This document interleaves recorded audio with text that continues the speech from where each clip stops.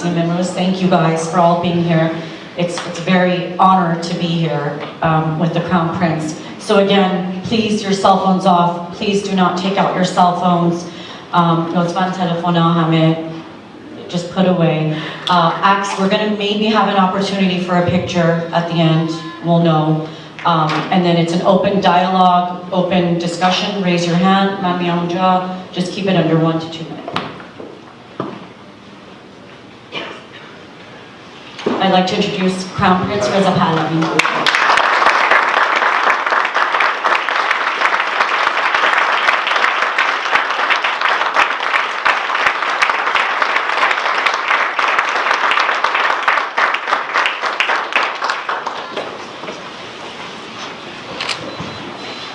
صدایی که اینجور صحبت کنم یاد یا میکروفون لازم خواهد You can use the hand.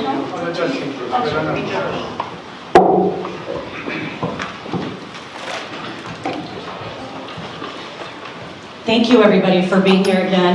This is an open dialogue, of course, with the Crown Prince. The floor is yours. Thank you so much. خیلی متشکرم از اینکه این فرصت رو پیدا کردم که باهاتون باشم. نمیدونم فارسی صحبت کنم، انگلیسی صحبت کنم. English, that makes it up. Reminds me of one of those scenes in West Wing with the president sitting there, this is something sitting in a chair like this. I'm here mostly to hear you guys rather than to hear me. You've heard enough from me, so I really want to hear generationally how do you connect with what's happening back home. این چیزی که انتظار کنونی جامعه ما هست. What's relevant and what's not. Is the messaging effective or not? How is the best use or misuse of social media? And things of that nature. And most importantly, مسئله‌ای که الان خیلی میچرخه از توییتر بگیم چیزای دیگه هشتگ اطلاع. Let's understand what all that means. So might could lead to. So these are the kind of issues that appears to be الان مسئله مطرح. ولی خب before we get into details, generally, I want to gauge your sentiments and your own assessment of where you see things. So whoever wants to say anything, by all means. So please raise your hands and I will come by. I will start over here and then I will move over here. Please introduce yourself. درود هر حضرت، خوشحالم که امروز می‌بینم که جمع درباره ائتلاف که فرمودین، فکر می‌کنم که بزرگترین مشکلی که خیلی با این قضیه ائتلاف دارن این هستش که ائتلاف با کی و چگونه. آیا با نیروهایی که به تمامیت ارضی کشور، یکپارچگی ملی ما و یا به لیبرال دموکراسی در آینده ایران اعتقادی ندارند، میشه باشون ائتلاف کرد و این ائتلاف تا کجا هستش؟ یه ایده‌ای که الان خیلی خام هم مطرح میشه بین یه سری فعالان سیاسی هستش که ادعاشون این هستش که ما فقط باید تا روز رسیدن به تهران ائتلاف داشته باشیم، اونجا دیگه هر کسی رو دنبال کار خودش. به نظر حضرت عالی آیا این ایده درستی هست یا میشه روی این اصلا کار کرد یا ممنونم دوباره ازتون بابت خیلی ممنون. قبل از اینکه تبدیل بشه به یک Q&A, state your opinion. We will get to a portion that may turn out to be Q&A. So, یه point مطرح, how do we see the evolution of where we are now into the next phase, post-change and so on and so forth. That's one issue we can discuss. Okay, anybody else? Please introduce yourself. درود به شما، من ناکتا پهلوان هستم. مرسی از این فرصتی که فراهم کردین. سوالی که من خودم دارم چون سوال نه، آره دقیقاً اپینینم میگم. سوالم نیست، اول نظر خودتون رو بگید. آره من خودم هنرمندم. از روزی که وارد این فعالیت شدم به خاطر اینکه توی ایران زندگی کردم، این نمیتونی هنرمند اعتراضی سیاسی نباشی اگر تو اون شرایط زندگی کرده باشی. و الانم به خاطر اینکه این کار رو اینجا ادامه دادم، خب خیلی با بچهای داخل ایران در تماسم و همشون حجم زیادی از اینفورمیشن از داخل ایران و خواسته هاشون که همشون خب دنبال آزادی ان و اینی که از این طرف یه سری ایرانی‌ها اونا دوباره خیلی‌ها به من مسیج میدن که ریسورس دارن، ریسورس‌های مالی بزرگ و تنها کسی که بهش اعتماد دارن اینو واقعا یه نفر شخصا بهم گفته شما هستید. و از طرف خودم و دوستان خودم که ما همه جوره در خدمت این انقلاب، این رستاخیز مردم ایران هستیم، ولی هیچ سازمانی نیست که بتونه صدای ما باشه. یعنی ما داریم بی‌وقفه می‌جنگیم که بگیم فلانی مثلا نایاک صدای ما نیست، بی‌وقفه می‌جنگیم بگیم جمهوری اسلامی صدای ما نیست، ولی هیچ جایی نداریم. من راجع به خودم و جوانان و دوستان خودم صحبت می‌کنم که بیاد به گوش دنیا برسونه که خب خواسته ما اینه، این سازمانی که ما بهش اعتماد داریم اینه و یک مثل دولتی که در اگه قراره به جمهوری اسلامی به رسمیت نشناسیم، دولت خارجی بتونن اون گروه رو به رسمیت بشناسن و ما خواسته هامون از طریق آنها بیان کنیم و همینجور بمانیم. به قول من بریم جلو. نظر من بعد در این سوال من دلشون نیست. مرسی. دوستان دیگه. Please let Crown Prince know of your activities that you're also involved with. My name is Nicole Sadiqi. I'm honored to be here. I'm a freelance journalist, and I also have been an activist and human rights activist for Iranians for many years. I work with a couple of non-profits here in think tanks. And I just want to say that it's an honor to be in your presence. We're very proud of you. You're very loved and admired outside and inside Iran. And I know you're very popular inside Iran. If others have not expressed themselves, I think it's because they're afraid to come out and really express their love for you. But I have so much hope that they will find the courage, just like we've seen others, and they will be inspired by all the others who are in the streets today. That's all I wanted to say. Thank you very much.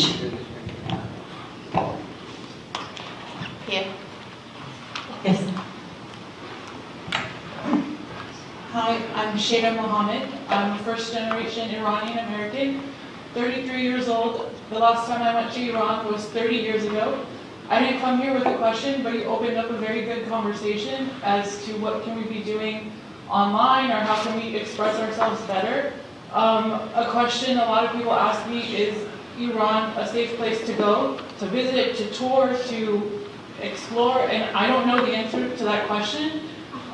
And I think we have a beautiful community outside of the country, and we come from, wow, I'm shaking. Okay. We obviously are amazing people, we do amazing things, but we don't know how to represent the people within the country and the things that they're doing, and how do we highlight those people within the country instead of just coming from like a war-torn country. You know, I don't think we're necessarily that, but we're going through hardship. So I think the profile of the people could be a little different, and just share what these amazing scientists, mathematicians are doing, and artists, and yeah, that's just my feedback. Thank you. I'm going to go right here and then I'm going to come right back and forth. Z, I think. You don't have to get up. Feel comfortable. ببخشید من فارسیم خیلی خوب نیست. It's an honor to meet you. I promised my mother I'd let you know that your family portrait is still sitting in our living room with your entire family, so maybe that'll break the ice. I came to America right before the revolution as officers of political asylum, and we've been waiting for this moment for a very long time. So I'm very much about your activities. I recently, with a group of friends all over North America, decided to start a non-profit. It's called United Iranian Americans. We actually had I'm sorry, I'm like really shaking right now. We've had a lot of people join us, and we just want to bring awareness however we can. I have a large platform, social media. My friend Dina here as well. We've been able to get a lot of DJs, musicians, people we can to spread the word, and hopefully we can have our Iran back all together, and my family and all would love to have your family part of it. Thank you.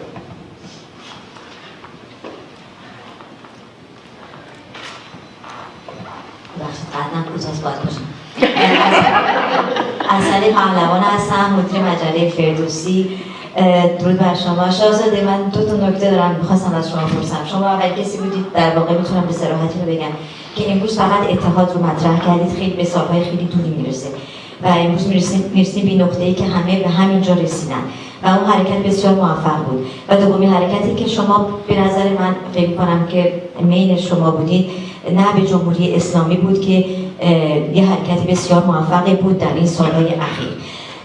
و امروز من به دلیل ارتباط مستقیمی که با زندانیان سیاسی دارم در تمام برنامه‌های تلویزیونی و رابطه‌ام با زندانیان سیاسی، یه چیزی منو خیلی متعجب کردم. یکی از بچه‌هایی که در ارتباط مستقیم باشون بودم به من گفت یادت نره امروز فقط اتحاد. و این برای من خیلی مهم بود که از زندان اوین از طریق خانواده به من این شعار بدن. امروز چطوری میتونیم این اتحادی که شما به سالهای خیلی دور میره، مخصوصا بین طرفداران خودتون، بتونیم این رو قوی‌تر بکنیم، قوی‌تر از همیشه. و این فکر کنم به کمک شما خیلی احتیاج داره، مخصوصا امید خیلی‌ها در داخل ایران. حالا چه شما رئیس جمهور بشید که خب من همیشه میگم من یه رأی دارم، اونم رو هول گذاشتم ببینم شما رئیس جمهور میخواید بشید یا شاهزاده. در صورت خیلی از ایرانیان در ایران هم همین فکر رو میکنن.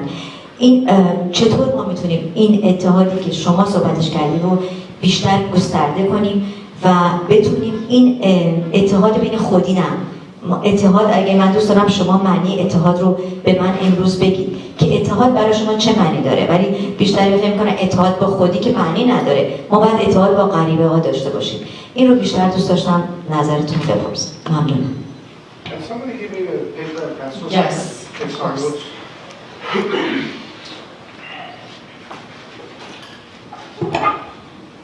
I'm not as young anymore. I remember not everything I needed.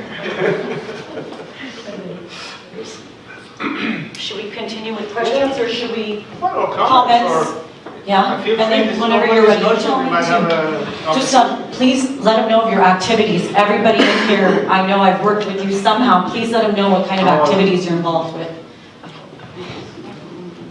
Hello, my name is Ariel Yelmach-Tarzadeh. It's a pleasure to be with you here and all of you. I'm an Iranian-American Jew born and raised here in LA. Professionally, I work at the Milken Institute. 2 weeks ago, we hosted our annual Middle East and Africa Summit in Abu Dhabi. When we realized that something very important was missing from our program, and that was really to elevate the plight of the women of Iran. Unfortunately, we couldn't host an entire session, so we actually couched it within a session on human rights and women's rights around the world, and I'm proud to share that we had a wonderful activist named Marjan Kippur Greenblatt speaking on behalf of the Iranian women, and 15 minutes of this entire session was spent focusing on the women of Iran, and there were elected officials from Lebanon and Kuwait and Liberia who were really sharing their support and advocacy, so that was beautiful. I also serve as co-president of an organization called 30 Years After, based here in Los Angeles. We've been working efficiently and effectively on social media, and we're looking forward to continuing to convene our community. This Sunday, we're hosting a panel discussion with activists, academics, and historians to really bring in the non-Iranian community here in LA to better provide them with context on how they can better support the history and the context here. And I'll say, for me, the challenge, I mean, the beauty of this and really the internal struggle has been, I've never been to Iran, right? I've never seen or smelled or tasted it myself. I've grown up with the stories that my family has shared, and yet I'm overwhelmed by the fact that I feel so personally and emotionally affected and invested in this. And so it was interesting too at the start to see that my generation, who's never been to Iran, was so much more invested than my parents and grandparents. Because I think for them, we've seen protests happen over the years, and really this one feels different. And so it's been so beautiful to see our parents and grandparents be invested in this now, and seeing their hope for the future. And I think the role that we can play as Iranian Americans is really as a bridge, right, to our fellow Americans, American elected officials. And the challenge has really been, what are the messages and asks that we should be sharing with them, right? Our peers who maybe aren't influential or decision makers, but also the decision makers here in America. What is the ask that we should make of them, and how do we best relay those messages? Thank you so much. So I'm going to ping pong back and forth from each side. Over here. Please introduce yourself. I feel too much like a bird on a perch right now. I had that chair for you originally. That was why. I had you on that chair. Sorry, that works better. درود بفرستم شاهزاده عزیز. باعث افتخاره که باتون حرف میزنم. من افشین کتانچی هستم. حدود 20 سال در ایران در تئاتر و تلویزیون بازیگر بودم. الان 10 سال که اومدم امریکا و بیشترش در لس آنجلس بودم. اینجا مشغول همین کار هستم.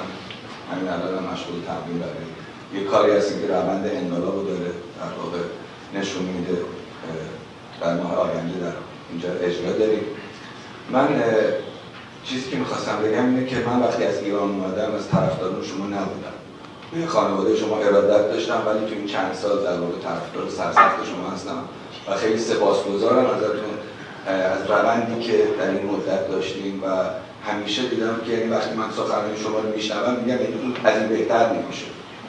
ولی الان چیزی که از ایران میشنوم و از دوستانی که دارم اونجا کف خیابونن منتظر یک عکت بزرگتر هستن، چون یه اتفاقای بزرگی اونجا افتاده که ما باید این اتفاق رو با یه عکت بزرگتری ازش پشتیبانی کنیم که اینا انرژی بگیرن. الان احتیاج به انرژی دارن. بعد یه مسئله دیگه هم که میخواستم بگم، خیلی از دوستان در واقع نگران یک سری چیزها هستن در ایران که من میخوام نظر خودم رو شما بگم. من هیچ وقت در این چند سال و الان نگران کساب و گروه‌هایی که در ایران پایگاه اجتماعی ندارن نیستم. من از قبل هیچ وقت نگران تجزیه طلبی نبودم. هیچ وقت نگران گروهی به نام مجاهدین نبودم. من چون در ایران زندگی کردم میشناسم و میدونم که اینها پایگاه اجتماعی ندارن. اینها یک سری صداان که حالا یا اینجوری فکر میکنن یا از طرفی دارن ساپورت میشن که در واقع یک انحرافی رو ایجاد بکنن. یک چیزی که وجود نداره رو بگم وجود داره و فکر میکنم که ما نباید بها بدیم به این و نباید این صدا رو ببریم بالا. این نظر من. خیلی متشکرم و امیدوارم که پاینده باشید. میرم به روبینا الان رو پینگ پونگ.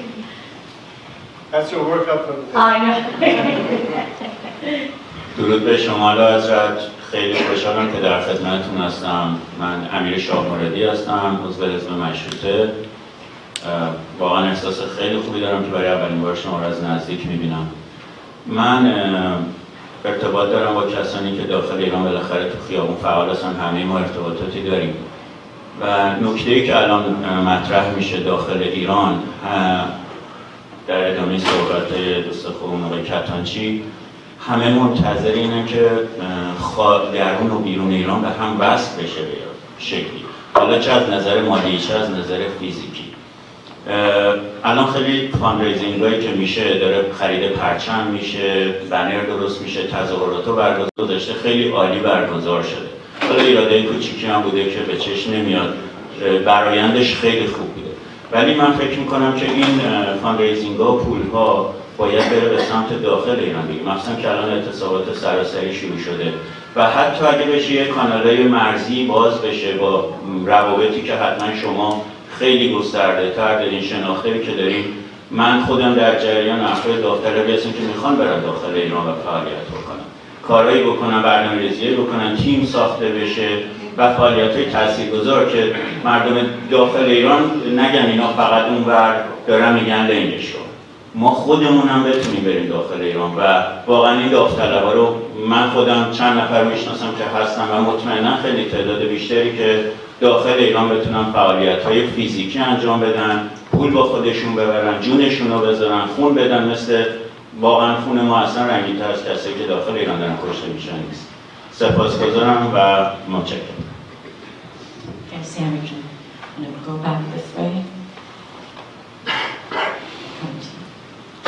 I'm going to come to her after. Salam. So I actually started high school in Iran. It's a very interesting story, 2006. And I had to leave in 2009 because of the Green Movement. My father was a diplomat there back then. It was a very tragic situation back then. And I guess my comment with the current situation is that I think it's very great that we have this powerful weapon of social media. Back then, I was there, I was not aware of a lot of things, but we didn't have it. And I think that we really have to leverage it, and especially the non-Iranians have to be more aware of the situation, because the Iranians have this emotional attachment to the situation, and there can also be a lot of emotional involvement which can maybe make a lot of the responses illogical. And I think that it's just very critical to make sure the more people are dissatisfied with the situation, the more their voices are raised, the more powerful our movement can be. Thank you. Thank you so much. I'm going to go over here.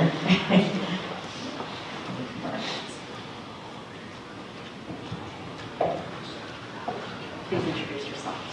درود شاهزاده عزیز، من شایستی سروش هستم.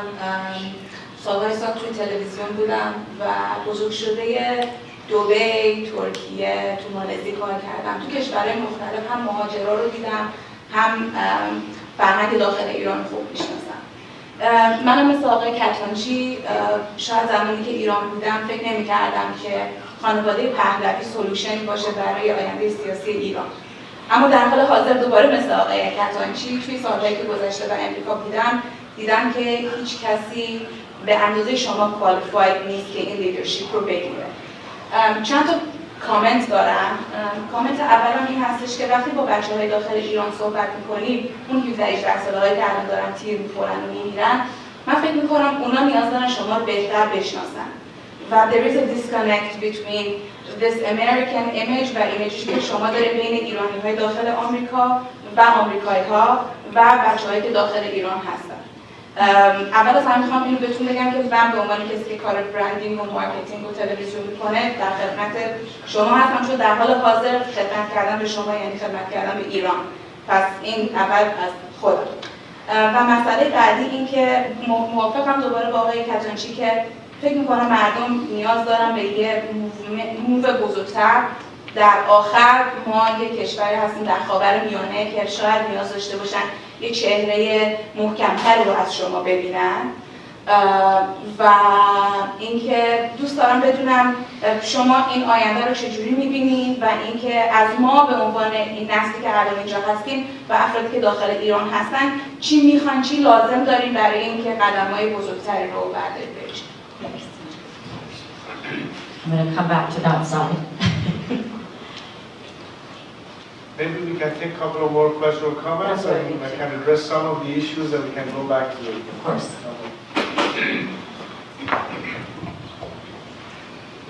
درود بر شما شاهزاده، من گارین ترسوفیان هستم از ایرانیان ارمنی تبار. لرزش صدای من ببخشید، بخاطر هیجانی هستش که در حضور شما دارم. قبلش میخوام سلام عرض کنم از طرف خودم، خانواده‌ام و اختیار بسیار زیادی از ارمنی ایرانی.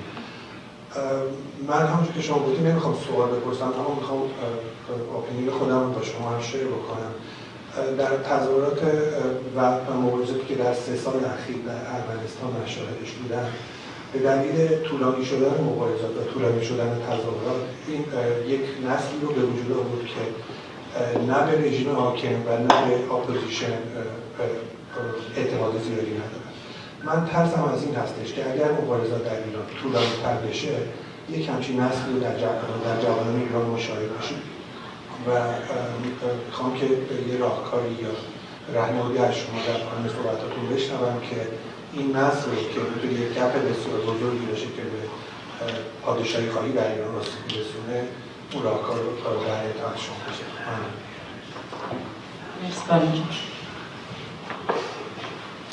I'm going to take 2 more, one on this side, one on this side, and then we're going to give the Crown Prince an opportunity. درود بر شما جناب شاهزاده، کیوان پور هستم، خبرنگار بودم تو ایران، خبرنگار نشریه زرتشت بودم. اینجا با چند نفر دوستان نشریه نظر ایران رو منتشر می‌کردیم. من با دوستانم تو ایران که صحبت می‌کنم، همونطوری که خیلی از دوستان اشاره کردن، میگن که ما تا حالا تو این چند ماه یا چند سالی که فعالیت کردیم بیشتر سیویل اکت بوده. ما فعالیت مدنی کردیم، هیومن رایتس اکتیویتی، سوشال مدیا، اینا فعالیت‌های مدنی بوده. خیلی ها فکر میکنم ما الان به یه اکت توی لول بالاتر، یک پولیتیکال اکت لازم داریم. حالا به اسم ائتلاف یا به اسم یک دولت موقت که حتی دول خارجی هم بتونن اطمینان کنن که جانشینی، الان خیلی هم میگن اینا برن بعدش چی میشه، ولی اون قضیه هم هست، یک پولیتیکال اکتی که مشخص کنه اون تو ایران خلأ سیاسی به وجود نمیاد. خیلی از دوستان ما اونجا اشاره کردن این اون شجاعت رو هم به مردم ایران باز هم بیشتر میده، چون خیلی هم میگن ما میخوایم مطمئن بشیم که ما داریم برای یک چیز درستی مبارزه میکنیم و شهید میدیم. این صحبتی بود که بچه ها تو ایران میکنن. خیلی ممنون، باعث افتخار منه که Merci, Kemal. Should we? Yeah. Yes, I think we should. خب تمام دوستان هر کدوم یه مطلب و نکات خیلی مهمی رو مطرح کردیم. من سعی کردم یه جوری یه پوششی به این مسئله بدم و اول از اینجا شروع کنم برای کسانی که میگن که تا چه حد اصلا من رو میشناسم یا نمیشناسم و واقعیت اینه که من فکر کنم که 190 فکر میکنیم من رو میشناسید ولی در اصل نمیشناسید. البته این جلسه رو من به کار نمیکنم، فرصت دیگری خواهیم داشت. مسئله این هستش که در این موقعیت هر کدوم از ما کدوم تاثیرگذاری رو میتونیم در روند آزادی ایران داشته باشیم. حالا میتونه شخصیت‌هایی که در سوشال میدیا فعال هستن یا اپینیون میکر هستن یا اینفلوئنسر هستن بگیرید تا سازمان‌های تشکل‌های سیاسی، اون هم به منظوره که تا چه حدی در داخل ایران اثرگذار باشن. بگم رو کاغذ واقعی زیاد پیدا می‌کنید. من به یه برخواهم داشت. مسئله مهم در یک صدایی یا نکته‌ای که در مورد اتحاد صحبتش بود، اتحاد یک شعار نیست. اتحاد یک نیاز هست. اتحاد به مفهوم تشخیص اولویت هاست در زمان مناسبش. با این درک که ما یه روز یک جامعه کثرت‌گرا از نظر سیاسی بخوایم داشته باشیم، میدونیم که خانواده متعدد سیاسی داریم که سر همه مسائل با هم توافق ندارن. خب رقابت خواهند داشت، به همین دلیل هم رقابت سالم دارن، انتخابات میذارن، احزاب بین هم دیگه در تشکیل دولت‌ها و اینم نرماله در هر جامعه دموکراتیکی طبیعی است که این باشه. منتها از دید فرهنگسازی یه چیزایی هستش که بایستی یاد گرفته باشیم. برای اونهایی که سال‌هاست در دنیای آزاد زندگی کردیم، در کشورهای دموکراتیک زندگی کردیم و تفاوت بین مخالفت و دشمنی رو درک کنیم. شما صرف این که مخالف نظر من هستید به مفهومی نیست که دشمن من هستید. ما یه فرهنگی متاسفانه داریم که اکثر اوقات تا که کسی مخالف نظر کنه من دشمن. خب این کمک نمی‌کنه به یک آینده کثرت‌گرا. اگه همچنان بخوایم دنبال روی اون فرهنگ و خودی و ناخودی و کی با هم هست و کی با من نیست که شاید یکی از دلایلی بود که تا به حال اپوزیسیون لااقل بگم کلاسیک نتونسته به اون نتیجه خواسته امروزی جامعه پاسخگو باشه که نیاز جامعه امروز یک صدای متحد و یک همکاری بین این نیروهاست. بنابراین اگه بر مبنای اینکه چه چیزی اثرگذار هست معیار تشخیص اینکه کدوم افراد و یا تشکل‌ها میتونن پاسخگوی نیاز کنونی جامعه رو بدن، چه در هدایت کنونی مبارزه و یا چه در پر کردن خلأ پس از فروپاشی، همگی ما بس از خودمون بپرسیم که کدوم یک از این افراد یا سازمان‌ها اون تاثیرگذاری و اون قابلیت رو دارن که پاسخگوی این نیازمندی باشن برای مردم. خب اینجاست که به کمک سوشال میدیا و به کمک این کسانی که میتونن این رو رصد کنن، آنالیز بکنن و یک فاکتور زمانی رو روش بگذارن، چون نامحدود نمیتونه باشه و بدونید که خیلی متوجه این ضرورت زمانی هستن. ولی امروز اون انتظار و فشاری که روی سازمان‌ها و رهبران هستش به حدی رسیده که اگه بی پاسخ بگذارن اصلا رد میشه میره داستان. منتها چگونه به این مسئله به نظر من میتونیم به شکل سازنده برخورد بکنیم، این جزئی از مسئله است. من بر این باور هستم که در بخش پس از فروپاشی و زمان تشکیل دولت انتقالی و پر شدن خلا از دید مدیریت و رهبری موقت کشور 190 افرادی که تشکیل دهنده اون نهادها خواهند بود اکنون در داخل ایران هستند که اکثرشون هم اصلا نمیشناسیم به نام، ولی هستن به عنوان متخصص، به عنوان تکنوکرات تو فلان اداره تو فلان جا دارن کار میکنن، هیچ وقت با این نظام نبودن و به موقع میان و یک کار مفید و سازنده رو میدن. خیلی هستن فعالین بارزتری هستن که امروز نمیتونن به شکل زودرس بیان تو صحنه چون آنن همین رژیم خفه شده. پس ابتدا متکی هستن یکی نمایندگان اونها که از طرف اونها یک به اصطلاح پروانه دارن که از طرف اونها چه با دنیا چه با دیگران شروع این تشکل رو فراهم بکنن عهدهدار این کار بشن تا زمانی که البته در ارتباط با اون خواست باشه. بحث کلاسیک اپوزیسیون و یکی از دلایل عدم موفقیت در تشکیل اون ائتلاف یا همکاری به نظر من این بوده که تمام این جریانات سیاسی حتی در باب سکولار دموکراتیکش چه در چپ چه در راست چه با گرایش پادشاهی خواه یا جمهوری‌خواه اکثریت تئوری حکومتی خودشون رو خواستن دائم به کرسی بنشونن و مطرح تا اینکه بیان سر تئوری حاکمیت توافق بکنن. خب ما در اصل چی داریم میگیم امروز؟ ما در اصل داریم میگیم که بالاترین مرجع تصمیم گیری و نمایندگان ملتی در یک کشوری مجلس و مملکت مگر نیست. در آنجایی که بگیم در کل اکثریت همین نیروهای دموکراسی خواه و به اصطلاح لاییک یا سکولار لااقل رو 4 نکته کلیدی توافق دارن: حقوق بشر، تمامیت ارضی ایران، جدایی دین از حکومت و حکومت دموکراتیک و برآمده از مردم. دیگه حداقل اصولیش که به نظر من بیشتر نیروها سر این نکته توافق دارن. به اندازه کافی شرطی برای اینکه بتونن با هم وارد دیالوگ سازنده و همکاری بشن. و البته مطمئنا خیلی جاها هستش که از نظر فکری و سلیقه‌ای ممکنه سر مسائل توافق نداشته باشن. مثلا میزان تمرکز یا عدم تمرکز سیستم حکومت در مملکت. در باب فدرالیسم، در باب عدم تمرکز از این بحث‌ها میشنویم که هست. ممکنش نمیشه. ولی داستان اینجاست که هیچ کدوم از این گروه‌های سیاسی یا احزاب از همدیگر نمیتونن این رو مطالبه بکنن. بحث لایتناهی و غیر قابل حل.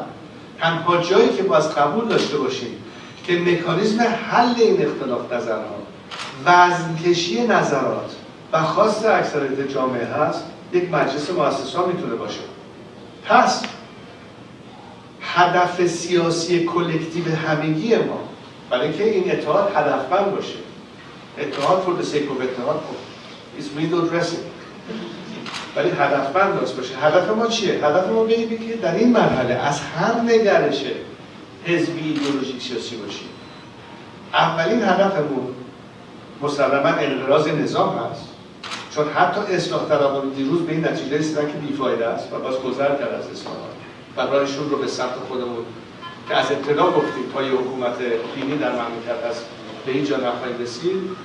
بالاخره یک کانورجنسی هم اینجا ایجاد بشه و گسترش این اتحاد ملی کشور به حد اکثر ممکنش رسیده باشه و خیلی دیگه حداقل نیروهایی هستن که همچنان به این نظام چسبیدن. ولی با چه هدفی؟ با هدف این که در فردای فروپاشی در دوران انتقالی چه اتفاقی قرار بیفته و نگرانی به جای مردم که اگه خلأ درست برده شه یا بدون آگاهی که چه چیزی قراره اینجاشو پر بکنه، یه شک و تردیدی و یا عدم اعتمادی رو در جامعه ببینیم. خب در دوران انتقال چه اتفاقی میتونه بیفته؟ به شکل منطقی اگر کرونولوژی داستان رو نگاه بکنیم، طبعا تشکیل دولت انتقالی یا موقت هستش که وظیفه اصلیش یک اداره موقت امور کشور هست. بالاخره منطقی نباید بخوابه. برق، آب، بهداشت معیشت مردمه و این گونه طرح‌ها رو از هم‌اکنون میشه راجبش فکر کرد. برنامه 100 روز اول رو داشت که همیشه رو هوا نمونه که خب خیلی هم دارن روی این بایدوی کار میکنن، هر کسی تو لین خودش داره این کار رو میکنه. من جمله یکی از تشکیلات‌هایی که من چندین سال پیش تشویق کردم در وجودشان شبکه شنیدید سازمان بورس یا فینیکس پروژکت ایران که صرفا از یک دید تخصصی و علمی به قضایا برخورد میکنن، وارد بحث‌های حزبی سیاسی نمیشن که اونو داشته باشید به عنوان این رود مپ ریکاوری برای آینده ایران و این حرفا. و این در باب سیاسیش خیلی خوب تشکیل دهندگان این دولت انتقالی حالا ترکیب باشه از نیروهای درون و خارج این مسئولیت رو به چه شکلی ایران میدن، برنامه کارشون چیه و فراهم شدن زمینه انتخابات به همون مجلس مؤسسانه که اونه که قراره بشینه، اونه که اختلاف نظر و سلیقه هست، این بحثا رو بکنن در ارتباط با محتوای حکومت آینده، ترکیبش، نهادهایی که هست، نمیدونم حقوق بشر، یعنی قانون اساسی آینده ایران مثلا مبتنی بر حقوق بشر باشه که خیلی رو پوشش میده و هست. ما الان اگه برگردیم به نکته‌ای که درش هستیم میگیم خب جامعه برومرزی در حمایت از این جریان و در پاسخ به خواسته فعالین در داخل که بخش کار خودشون رو انجام دادن ولی مدیریت و هدایت و رهبری بیشتر این سازمان‌ها رو نیازمندش هستن و این چند صدایی واسه رابطه از بین بره قطعاً واسه یک جای مکانیزم هماهنگی مرکب وجود. منتها از تو چی میتونه این مکانیزم هماهنگی در بیاد؟ آیا الزاماً همین گروه‌های شناخته شده سیاسی موجود تو تمام این سال‌ها هستن یا ضرب العجل در موقعیتی قرارشون میده که اگه اکنون غفلتی بکنن در پاسخ و راه حل صحیح ارائه دادن جامعه از اینها گذر خواهد کرد که اگه شما نمی‌کنید خب بکشید کنار بذارید نیروهای دیگری که میتونن پاسخگو بشن میان. ولی این نیروها نمیتونن بغیر از خود مردم برآمده باشن. اگه بخوایم بگیم یک مبنای مشروعیت قرار داشته باشن. ضمن که از سوی دیگر اگه از دید دیگر مثلا به من نگاه میکنید و به من اعتماد میکنید، من از روز اول گفتم آقا اتحاد فرمایشی نیست. افراد باز بخوان با هم کار بکنن. سازمان ها باید بخوان با هم کار بکنن. ولی اوپن اندد هم نمیتونه باشه. پس چه کار بکنیم؟ سبک عمل من این بوده که به خاطر این اعتمادی که نسبت به من دارید یا به خاطر این پلتفرم خاصی که به من میدید، موضوع نیست که پروژکت رو خودم بنویسم، بلکه پروژکت رو برگردونم رو هر چیزی، اینیشیتیوی، کاری، حرکتی که مفید هست برای مملکت، سازنده هست، در جهت این همسویی هستش، دیفایسیو نیست، یونیفاینگ هست و at the end of the day به قول امریکایی‌ها کار تحلیلی است. مثلا اگر تا به حال نمونه میارم، خب خیلی از فعالین حقوق بشر خب همیشه سعی کردن که بگن چرا توجه به نقض حقوق بشر در ایران نمیشه. خب اکنون بالاخره دیدیم که سازمان ملل اون کمیسیون رسیدگی رو شروع کرده. خب الان خیلی چیزا رو میشه ریدایرکت کرد که بیایم اونها رو تقویت بکنیم. اون بخش ایران راپورتر به سازمان ملل رو سطحش رو گسترش بدیم، دیتا و اینفورمیشن بیشتر در اختیارش بذاریم و این نوع کارها. یا فرض کنید در ارتباط با پارلمان اروپا، حالا من تو تون دارم میگم چون نمونه‌های زیادی میشه. اینو فقط به عنوان کانسپت میگم که خیلی از این اقدامات که بسیاری از شما در حد و توان خودتون کردید امروز میتونه در لین خودش اثرگذار باشه. اینجاست که فراتر از اقدامات خاص با استفاده صحیح از سوشال میدیا و تمام اینفلوئنسرها که همدیگر رو میتونن پیدا کنن و شناسایی بکنن، ما بتونیم همینطور حلقه‌های گسترده‌تری پیدا بکنیم که none of you operate in isolation or individual. خب این نیازمند شناسایی کلکتیو دیگه و اینجاست که به جایی که بخوایم به عنوان رقابت نگاه بکنیم بهش به عنوان کامپلیمنتینگ ایچ آدر به قضیه نگاه بکنیم که صدامون چند برابر بیشتر بشه. یه نمونه دیگه که میخواستم بیارم چون اشاره شد به این که خب ما چگونه میتونیم بیشتر اثرگذار باشیم در تصمیم گیری دولت‌ها در خواست مردم ایران. خب یک صدایی کامیونیتی ما هستش که بخصوص در خارج از کشور. یه نمونهش کانادا. تاثیرگذاری حرکت‌هایی که اخیراً در تظاهرات و حمایت‌هایی که از زمانی که اون اتفاق واقعا دلخراش در ایران افتاد و اصلا از اونجا شروع شد زن زندگی آزادی و رسیدی به یه جایی که دیگه آقای ترودا مجبور شد یه سری اقدامات رو دست بگیره، این در نتیجه فشار لابی کامیونیتی ایرانیا در اون مملکت. میخوام برسم به امریکا. من نزدیک 40 سال تو امریکا زندگی میکنم. هیچ وقت مملکت رو از نظر سیاست درونیش اینقدر دیوایدد ندیده بودم که میبینم.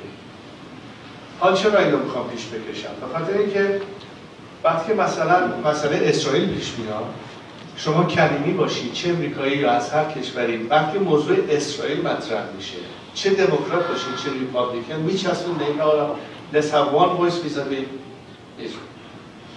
We ought to do the same راجع به ایران.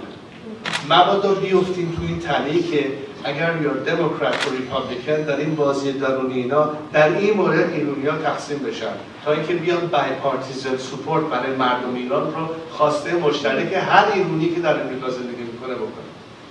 right? خب اینو واسه آگاهی رسانی کرد.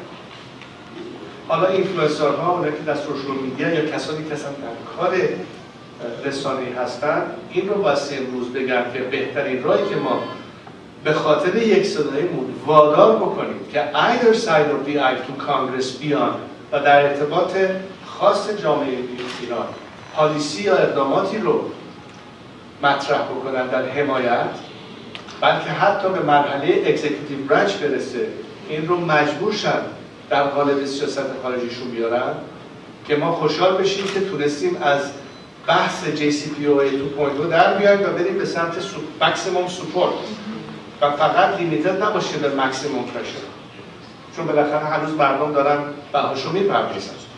We all understand the reason for external pressure، ولی ماکسیموم سپورت کجا نیست. But you guys are not unified. Now we are. Next. Where are you going? What's the alternative? We have a process. Next. ما در درون خودمون واسه اینا رو بیشتر صحبتش رو بکنیم، درکش بکنیم و برسونیمش به این مرحله که implementable project. و همیشه هم باور اینو داشتم که آدم هر چقدر پروژه های کوچکتری رو شروع کنه و یه نتیجه مثبت بده از success story که میشه تقلید کرد، بهتره تا over promise بکنیم و under deliver بکنیم. یه اصطلاحش هم داریم تو گرفت فارسی، سنگ بزرگ علامت لذت داره. بنابراین خیلی باسی از این لحاظ هوشمندانه به مسئله برخورد. حال اهمیت نکته‌ای هم اشاره شد به داوطلبانی که میتونن خب خیلی فراتر از این که فقط در خارج کاری بکنن، کمک رسانی بکنن. خب مقدار زیادی دوستان نهادهایی که در حال تشکیل هستن یا تشکیل شده اند به عنوان فاندهای مختلف که بتونن جمع‌آوری مالی بکنن، مسئله افق رو بشه حل کرد تا حدی، رسوندن این امکانات به داخل مملکت، نتورک هایی که میتونن در تقسیم کمک های مالی مؤثر باشن. مسلماً اگر برای کسانی که علاقه‌مند هستن از اون از کمک بکنن، تنها چیزی که میتونم بگم این هستش که تماس بگیرید با این نهادها، بهشون بگید که کسانی هستن که حاضرن داوطلبانه اونجایی که فیزیکال اسماگلینگ ها پول لازم باشه این کارو بکنن، که بدونن یه نیروی انسانی هم میتونه در کار باشه تا اینکه فقط مسئله الکترونیک ترانسفر از یه بانک به یه بانک دیگه باشه و اینجور کار. اینو دیگه من میسپارم در دیتیلش رو به کسانی که از این علاقه‌مند هستن. توصیه من هستش که با خود این نهادهایی که متناول ازش آگاه خواهی شد بتونیم به اونها این کار رو انجام بدیم، حالا چه در امریکا چه در اروپا یا در هر جایی که دارن تشکیل میشن.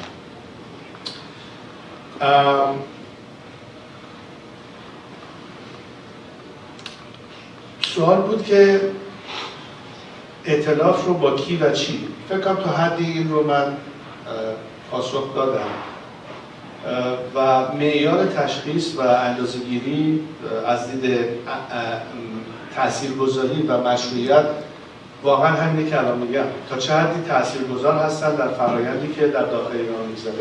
مثلا شما اگر بگید که اگر این اقدامات در خارج از مملکت حمایت بسیاری از نهادهای کلیدی، جامعه سیاسی، دانشگاهی، نمیدونم دانشجویی، کانون وکلا یا نویسندگان، زندانیان سیاسی، چهره‌های معروف کنونی رو داشته باشه، خب قطعاً این افراد میتونن این ادعا رو بکنن که صدای همیهنانشون هستن و یه مشروعیتی دارن. و اگر این وجود نداشته باشه، مبنای کدوم ادعا میخوان بگن که ما اله هستیم یا بله هستیم؟ پس یه مقداری ارتباط مستقیم به اون اعتمادی است و در اصل اعتباری است یا مشروعیتی است که به آنها میدید.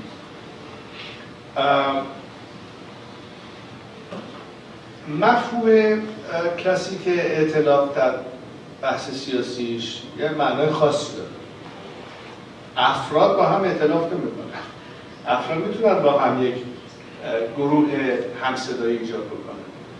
احزاب هستن که به منظور اجرای یک طرح مشترک با هم کارشون یکی میکنن برای اونجا که اکثریت ساده رو نمیتونن به دست بیارن و خب ایشون کوالیشن میکنن.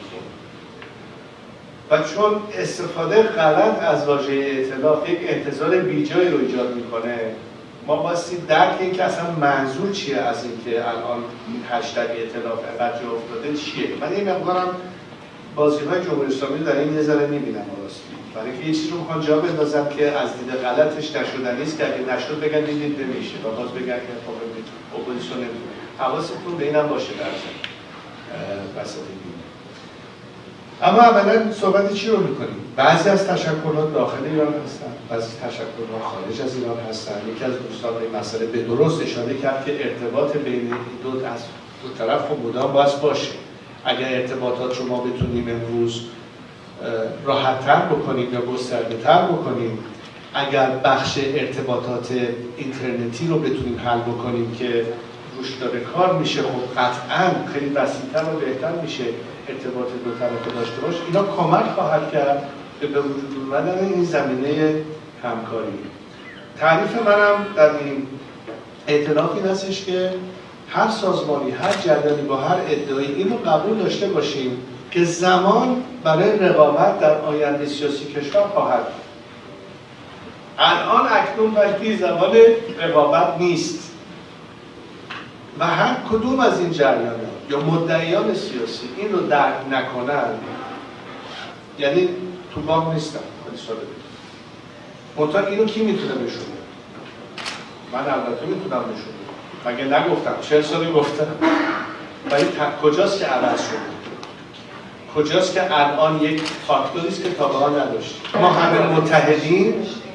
فکر نکنید که کشور ما رو میتونیم تیکه پاره بکنیم یا تجزیه طلبان فاکتور جدی نیستن، باز دوباره کردیتش رو به همین مردم باز کنیم. پس بنابراین راه و هدف مشخصه. لوازم کار رو باید البته پیدا کرد، تهیه کرد، تقویت کرد و این دوستان هم یک کار جمعی است و در آن واحد تقسیم کار. در آن واحد تقسیم کار. و آنچه که من دارم انجام میدم در این مرحله و ادامه خواهم داد در همین راه، در این زمینه و هماهنگ شدن صدای تمام اینفلوئنسرهای موجود، از علی کریمی بگیرید تا نازنین بوریدی بگیرید تا مسیح علی‌نژاد بگیرید تا whoever is out there که در بین خودشون کارو کشتار میکنن، خوبم دارن انجام میدن. اینه که این همصدایی رو لااقل بین همدیگه داشته باشید که به نظر من داریم. منتها خب you are all looking for that follow-up، به اونجا هم خواهیم رسید. ولی فراتر از اون ماها کارمون تشکیلات ایجاد کردن یا فراهم کردن یا رهبری و تشکل‌ها نیست. حامی و مشوق این تشکیلات و رهبری درستشون البته که خواهیم. پس بنابراین چنل کردن این انتظار بیشتر بایستی در رابطه به همین تشکل‌ها بیشتر برگرده در این مرحله. که میگم از دو خارج نیست. Either they get the message or they don't. برای که ضریب زمانی اگه بخوایم روش بذاریم it cannot take forever. تو همین یکی دو ماه آینده باسیم تکلیف روشن شد. البته من مطلع هستم که خب خیلی دیالوگ‌ها با خیلی تلاش‌ها شده که ببینن چگونه میتونن به این کار برسن. ولی از نظر زمانی رسیدیم به یه مرحله کریتیکال که بالاخره you have to address that key question که الان جامعه میخواد و اگه در این مورد غفلت بکنید you have plenty of time to think about it. There's no excuse anymore. بنابراین من فعلا اینجا پاز میکنم فکر کنم بیشتر نکاتی که مطرح بود گفتم و We're going to have a hard stop at 3:20. Okay. There's going to be an opportunity. Yeah, we're going to do some questions or comments. So I'm going to start on this side. If you've already asked a question, I ask that you give the opportunity to someone else, please. So I'm going to start right here with this side. Please introduce yourself. سلام، من پریسا فرصتی هستم. 21 ساله که در میدیا هستم. خیلی خوش آمدید به لس آنجلس. افتخار آشنایی با شما سال هاست که دارم. یادمه که چند سال پیش شما به خاطر من گفتید که اگر می‌خوایی آگاهی رسانی کنی برو و مستند درست کن. نشین خیلی خطر بگو. برو و با فکت مستند درست کن و بعد از اون دیدیم که خب تلویزیون مراتو و ایران اینترنشنال این کاری کردن و واقعا موفق بودن. به نظر شما نقش رسانه‌ها الان چه هست؟ چون من خبرنگار برای تلویزیون کار میکنم به هر حال یک سری محدودیت‌ها برای ما ایجاد میکنن که البته خب من کار خودم میکنم معمولاً ولی مثلا پتیشن امضا کردم که ما حق اینو نداریم ولی خب من خودم نهر جمهوری اسلامی رو خانم پهلوی کردم و من امضا کردم اما الان تو موقعیت شرایط الان نظر شما چیه؟ رسانه‌ها چقدر میتونن مؤثر باشن؟ البته اینم بگم من به نظر من الان سوشال میدیا واقعا حرف اول میزنه و میدیا به سوشال میدیا باخته. اما با توجه به اینکه اینترنت رو قطع میکنن در ایران مردم خب این خبرها رو بیشتر از طریق تلویزیون میگیرن. و دوست داشتم که نظر شما. بالا راستش اگه از من بپرسید نسل کنونی واقعا یک نسل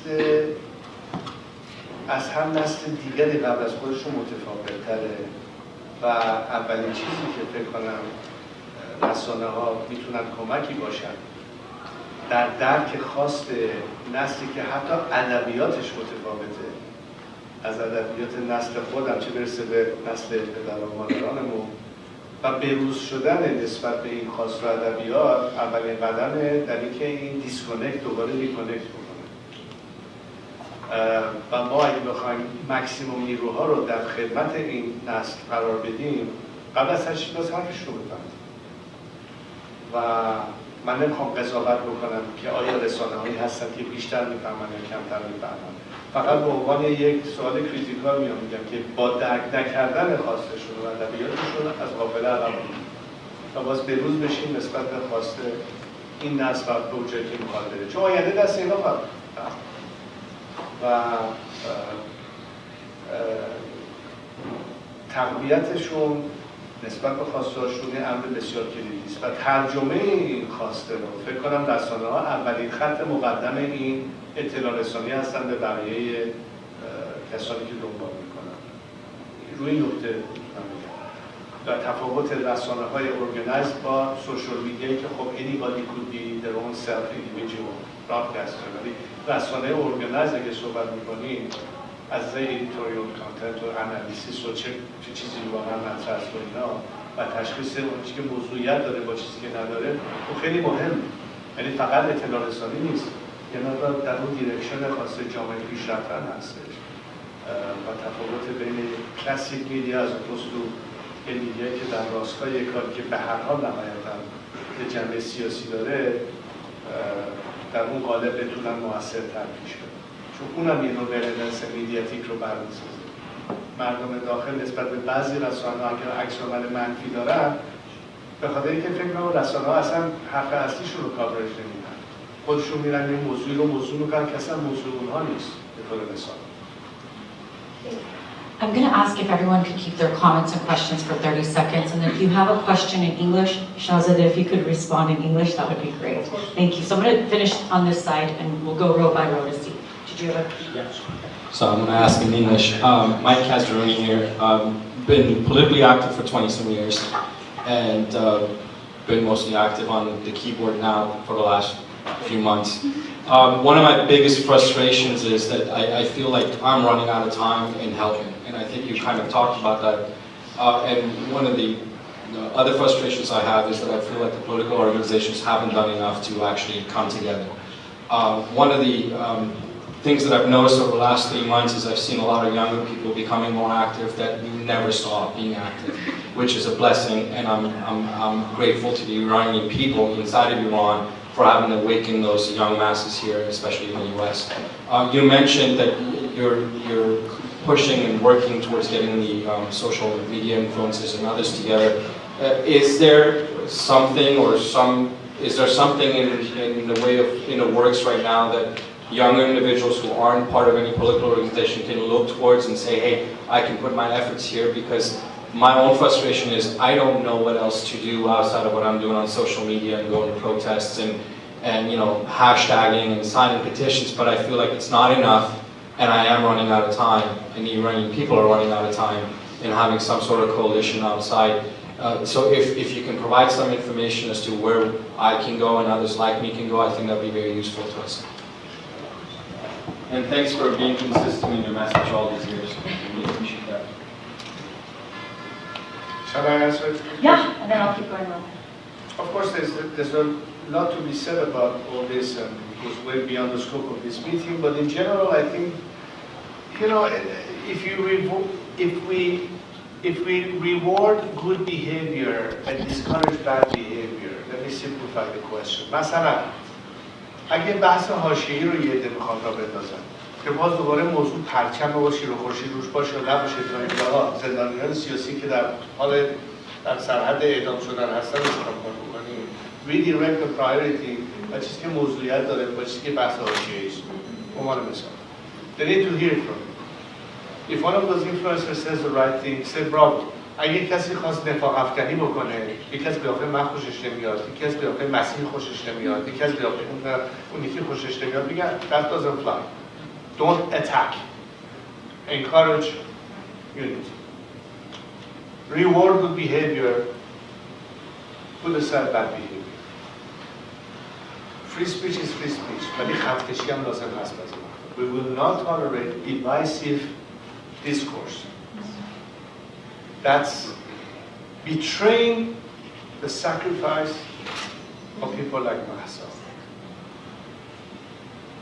You agree? Yes. We have to be strong. We have to have the guts to say the right thing at the right time. We still maintain our opinions, but we have to reward the right stuff. That empowerment has کجا میاد. How do we get incentivized?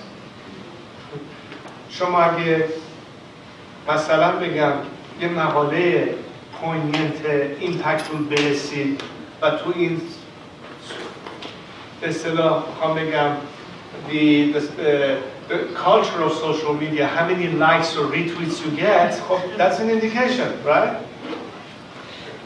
ما به فرم کلاسیکش این ابزار رو قبلا نداشتیم.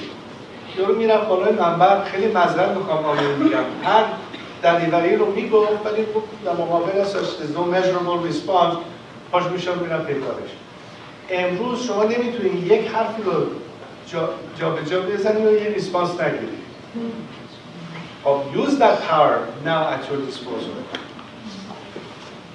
و این زودتر وادار خواهد کرد when you say enough has been done. Well, the tools now exist to keep people in check. We are watching you. We know what you're up to. You cannot hide behind any curtain or just have pretensions on paper. We ask you to deliver. This is our ask. Can you or can you not deliver? Here, we understand it's not easy. You need our help. You need our contribution. You need our support. Fine, but it's a two-way street. Don't take this for granted anymore. Right? That discourse, that dialogue, به نظر من will accelerate the process of به وجود اومدن تشکل. بلکه تا به حال they were operating in some kind of a bubble.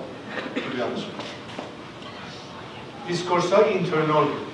گروه فلان هر کدوم تو کامفورت زون خودشون آپریت میکردن، چه چپ چپ، چه راست راست، چه میانه. همدیگر رو نتونستن هیچ وقت درک کنن، چون هیچ وقت چالش نشدن که by the way it's not just us agreeing, people demand that. الان دیگه جای به قول فرانسوی‌ها فوپا با میستپ نیست و the jury is out there. You're now on stage, it's time to perform. هدف من این هستش که اونجایی که جامعه امپاور میشه از اون پاورش استفاده بکنه برای اون انتظاراتی که داره از کسانی که سری کارا رو بس انجام بدن که از دست یک فرد عادی فراتر میره و خارج میشه. حالا میتونه کار تخصصی باشه، میتونه کار مدنی باشه، میتونه کار سیاسی باشه، ولی at the end of the day تمام این به خاطر منفعت جامعه است. خب جامعه کیه؟ جامعه مردم هم. مردم صداشون امروز داره نساتر میشه و بنابراین این اون فاکتوری است که تا به حال نبوده که بخواد اون ضرب العجل رو یا اون فشار لازم رو بر تمام این تشکل‌ها و نهادهای سیاسی رو بیاره که مدعی زیاد بودن ولی هیچ وقت جوابگو یا پاسخگو در عمل نبودن. الان معیار پاسخگویی و دیمند هست برای اندازه‌گیری. امروز اگه جواب منو ندی هر ادعایی که میخوای داشته باشی داشته باش. You have become irrelevant because you have failed to address my ask. That's your power. Use it. Use it to the maximum possible level. So I'm going to ask for 2 people from each row, please. Under 30 seconds, I kindly ask.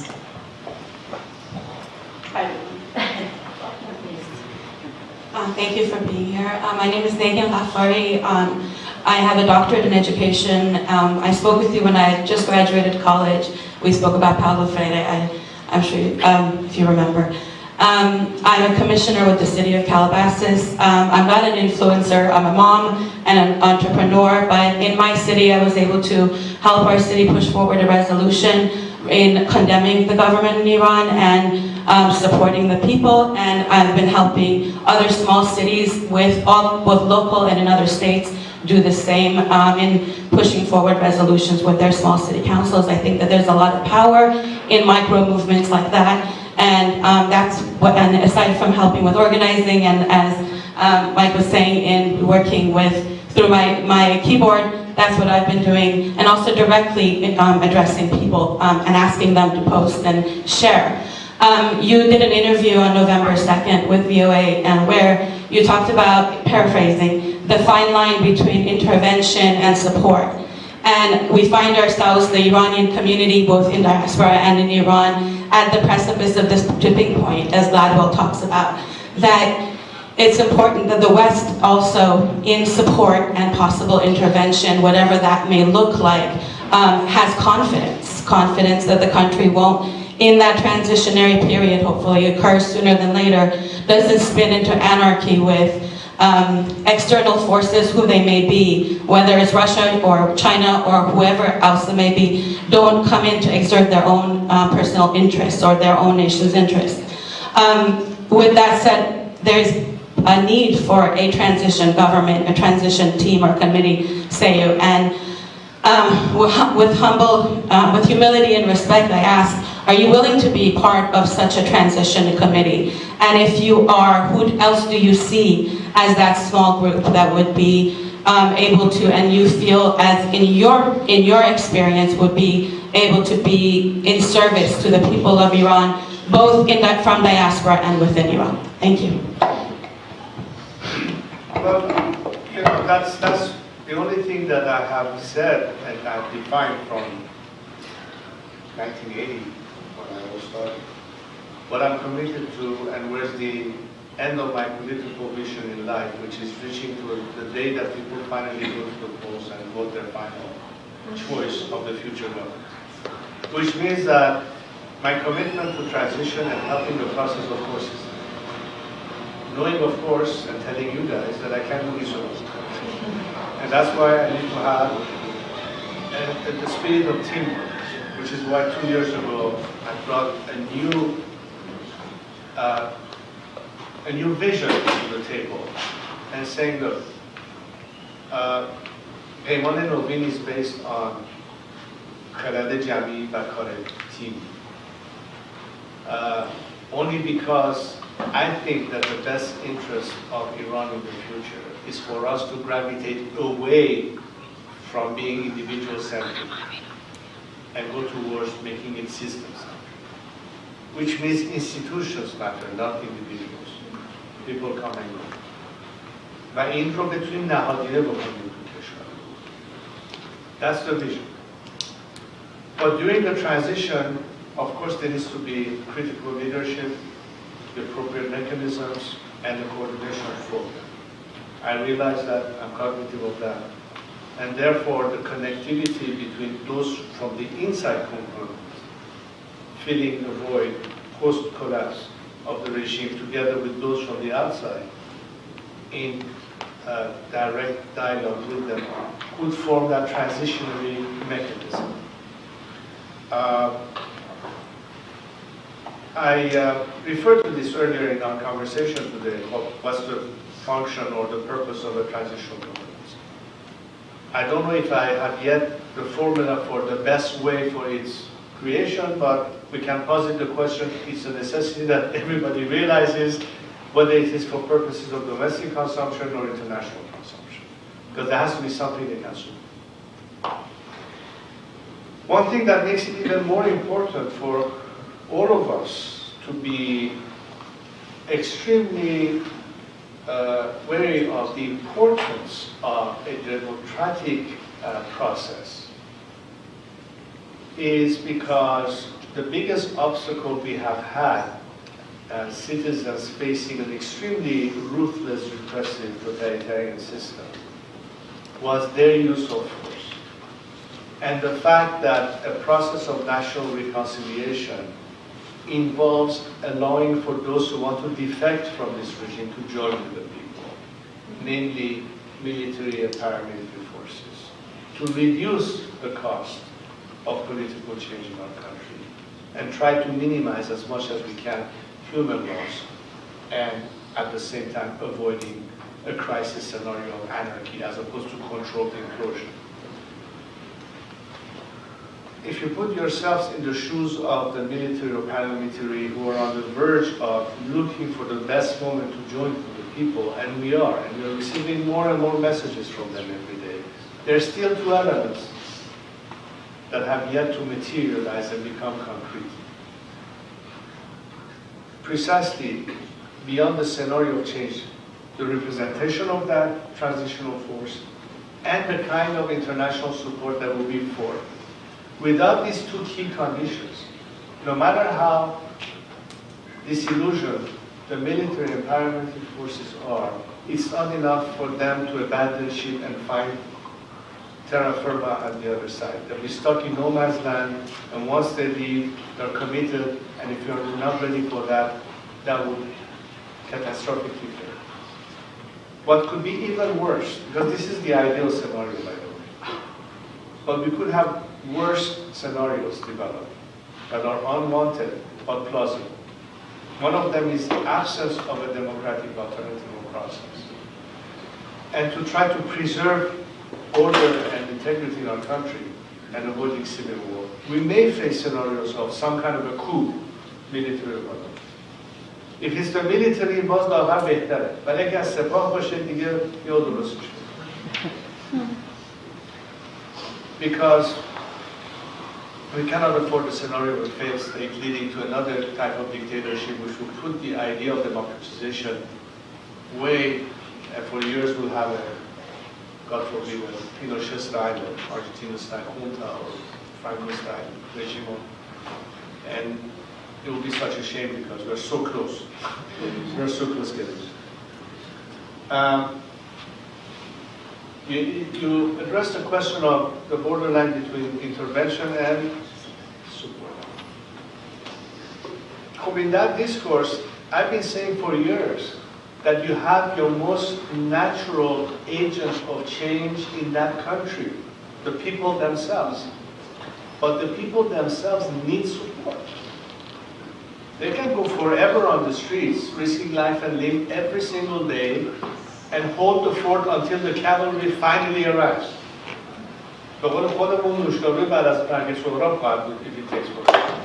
خب that's where the world can change, because if they're dilly-dallying, as if we're going to put more sanctions on Iran, yet we want to still negotiate over the nuclear issue, that's confusing, that's deflating, and at the end of the day, it doesn't get us closer to where we want to be. So, the quicker, when I say we, I mean we, the Iranian part of it, before our ask from the international community comes into play, we have to put some deliverables on the table. In this phase and the post phase. It has to be representative, it has to be tangible, it can't just be a thought on paper. We have to see it, at least get an idea of it, because that is something that will get traction. That is something that could ultimately get support. So it goes back to everything else we have discussed primarily at the beginning of this meeting. Where are we at now, and how can we get there? And if we have the appropriate script written, with the right agents of delivery put together and assembled, with the support of the people that gives them legitimacy to talk on their behalf on the international scene, we can finally say that we have a right. And they will have a counterpart to talk to, not only the regime and its representatives. That's what we're trying to get at in this phase. And if we are successful in this phase, it will make our job easier to find a formula for the country. And so this is really where we are at this point. So our ask for their support doesn't require the kind of intervention that may lead to the idea that we are asking them to do the job for us. No, but give us the appropriate resources, means, access, for instance, internet access, whatever has been done on that department and so on and so forth. And as simple examples. And this is really our ask at this point. And I don't think that وقتی که همیهنانمون شعار خیلی مشخص دارن میدن به دنیا، میگن ما میخوایم شما دخالت داشته باشید. نه که در دخالت در مسائل داخلیمون برامون تصمیم بگیرید. دخالت به مفهوم اینه که سپورتمون بکنید. یا با ما هستین یا با اینا هستین. تکلیف خودتون مشخص کنید و فقط بدونید با چی طرفید. Right? And we're getting there. I think we're really getting there. And fortunately, I'm optimistic that what is beginning to become now a process where there's a massive rethinking of their policies and strategies vis-a-vis Iran as a result of the last 2 months. And we have seen that in Germany, we have seen that with the European Parliament, we have seen that in the case of the Canadian government. And it's just the beginning. We have to make sure that we keep this momentum alive and make it more and more an example to follow in these countries. Thank you. Thank you guys. Again, I'm going to hard stop in about 8 minutes because I know everybody wants to do a photo op. So I'm going to have 2 more questions, one on that side, one on this side, and one from the back over here. And so that's it. I'm sorry, unfortunately, up to 3 questions, and then we're going to do photos because I know everybody's excited to do photos. Your Crown Prince, it's a real privilege and honor for me. My name is Bobby Javahari. 1 sentiment and 1 question. I was born and raised here in Los Angeles. I've never been to Iran. Actually, I just came across the lady in the corner there. 22 years ago, you spoke at my friend's house. I was 16 years old, and you mesmerized me and my friends. After hearing the chains of Javed Shah, which I didn't know what it meant at the time, I was mesmerized by the whole cause. Since then, all I do is read about Iran. I share news with my American friends. I teach them about you. I teach them about the revolution, etc., etc. They're all so eager to learn. I don't know about you guys, but our white American friends were so eager to learn about what was Iran like before. Anyways, concern. You spoke about Trudeau in Canada and how he was pressured to get involved. It seems to me that the United States, as far as memory discourse goes, the United States is potentially timid, or their strategy is one of backseat posture, in the sense that between their failures from Mossadegh in the 50s to your family and the revolution in the 70s, it seems like they don't want to get involved, because that's probably going into what the regime in Iran wants to happen. Seems to me that the Europeans are the ones that need to take the front seat here. But being, in the middle of a crisis with Ukraine and Russia, geopolitically with China and Russia, the struggle is changing, superpowers are changing. What do you see happening with Europe? Because I feel like Europe is the wild card here. And I'm also wondering, what is your advocacy in Europe like too? Thank you. Well, this is a very complex discussion. It's not a single element that I could point to. I think Europe's energy dependency is one of the prohibitive elements, because Russia at this point is the main supplier of gas, and unless Iran becomes the alternative, but the question is which Iran, there's always going to be that trump card that Russia can use to blackmail Europe into not going beyond a certain point in that geopolitical game that is being played. America has much less dependence in that sense, and therefore doesn't have the same consideration that Europeans might have, whether they act as a bloc or not. But I don't think that there's the smartest use of what the alliance of the West to keep in check the other game that is being played is being exercised to its maximum capability. When I see what's happening in the Ukraine, and after all, Iran's complicity with the Russians in suppressing the Ukrainians brings another dimension, that the Iranian issue is not just a regional issue. It does have a global impact after all. And fail to see that the Moscow-Tehran axis is really the issue that they should be most concerned with, and they are not looking at it the proper way. We have a problem in terms of assessment and analysis. So a lot of effort is going into trying to argue the fact that you're not looking at the problem the right way, and that the ask that Iranians have today is no different than the ask that the South Africans had vis-a-vis apartheid in their country, or what Lech Walesa had to face vis-a-vis Zelensky at the time of them still be behind the Iron Curtain. Or all of this support, international support that came, that put an end to this type of regimes. And I find it a bit awkward that America has trapped itself into what I believe is a false narrative about the US and its impact in the region, because we can tell much more about the negative impact of the British or Soviet or Russian influence in the region much before America was an issue. Of course, I'm sure this is not an issue that everybody agrees with. I'm just venting my own sentiments here. But the point is this. The point that I have in Europe vis-a-vis the overall policy of their respective governments since the revolution has been that your entire premise from the get-go has been wrong in terms of the expectations from the Iranian regime, because it is all anchored on an expectation of behavior change. Now, during the Cold War, we had two diametrically opposed blocs with their own vision of the world and ideology or philosophy.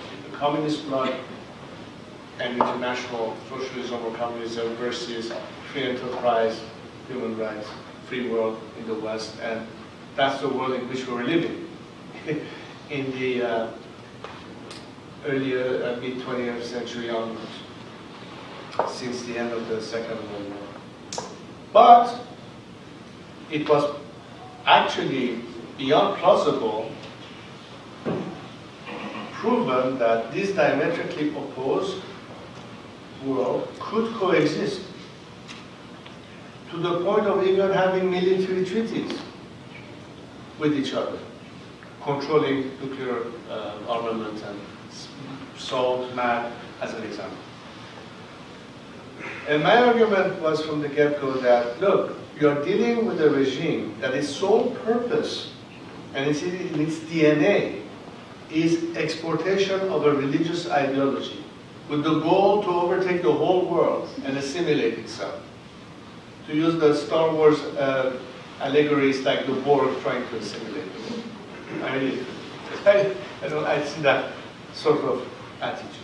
Even if you were to give them survival guarantees, politically speaking, that's not good enough for them. It might buy them time, but they won't stop at that. It's a zero-sum game. It's either them or you. That's it. There's no room for compromise. There's no logic or rationale for be good boys and behave and come back to the negotiating table. That's not the way they look at it.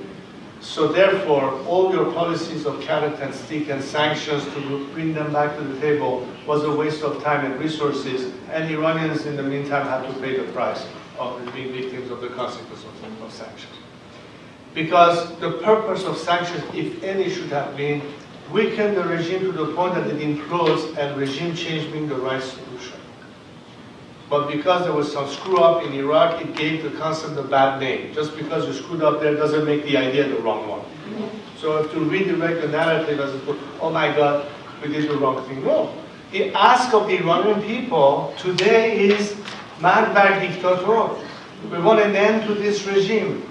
In what other way can they show it to you? That's the ask of the people. From any government out there, be on our side. And if that mandates government to say we will support that, we're not asking, by the way, that any government makes it a matter of state policy that our policy is regime change. That's not what we are asking them to say. What we're asking them to do is support the Iranians, empower them. They'll make the decision. We already know what it is. And that may, in that sense, make it more realistic for them to say, if we're doing anything, that's what the people are asking. We're supporting them. We're not deciding for them. We're not sending a military intervention to take down one dictator and then do whatever they did there, which was, to me, a big mess to begin with. And at the end of the day, it serves the interests of the regime much more than, but that's a separate discussion. Back to the Iranian issue. The ask today is that today, not 50 years ago, not 70 years ago, today, that's the ask of the Iranian people. And there are two ways to answer it. You either ignore it or you address it. Simple as that. So I don't care if it's the US government or the British government or the French government or any other government out there. If they recognize that this is the way Iran is going right now, and if you fail on anticipating that this regime could, in fact, collapse, and you have no plan for an alternative, it is irresponsible of you not to at least have some kind of a policy if that was to occur, as opposed to let's be fixated on this regime and how we can negotiate. We have to redirect this narrative because I think they are hooked on the wrong one and tell them what's the real story. And that's a lot of advocacy, a lot of lobbying, and this is where we come back to the instruments that can make the voice of our compatriots back home and that of the diaspora resonating much more and more and more in that. The reason I'm on this tour today is to help raise funds for an organization called NUFTI, which is the National Union for Democracy in Iran, and that's precisely the thing that I'm trying to do in terms of exerting the kind of representation, unlike some other groups that have been influential that are, I don't think, representative of what the Iranian people want, and be an instrument to finally bring it to a point that policymakers and decision makers become more sensitive to that requirement and ask and demand, and that's part of the dynamics of what will bring policymakers and governments to be more understanding of, and at the same time more responsive to the expectation that our compatriots have. And if they want to validate it, all they have to do is to listen to the people on the streets. And people from inside who say, yeah, that's what we want. And so the more we offer them the voice, the information, the data, the analysis, so they don't misinterpret it in Foggy Bottoms or Pentagon or wherever, it will, in my opinion, lead to a better formulation and assessment of the real situation in Iran, what the people want, and ultimately leading to what would be, in our interest, the better policy from a foreign policy standpoint. And I will end up by saying, look, there can be indeed win-win solutions. But we also could say, what's lose-lose? And only the Iranian regime would benefit. So, do you prefer to not address the issue leading to a lose-lose, or would you rather have a win-win and realize that the day of this regime is over? And the more you show today that you stand with the people, the quicker you get to that win-win scenario, and we will all remember those who helped us at the time of struggle, right? Yes. We have to make sure they understand that.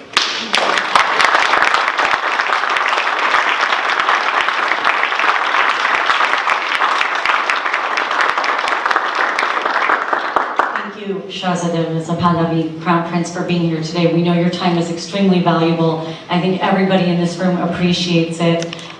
We appreciate you for being here. We also appreciate all of you guys for all of the hard work that you're doing out there. I personally know many of you in here and all of the work that you're doing. So thank you. And as much as we would love to do individual photos, we just don't have the time. So we're going to kindly ask, we're going to go row by row, and then we ask that you take your seats again, and then until the exit of Crown Prince. Thank you. So where should we stand?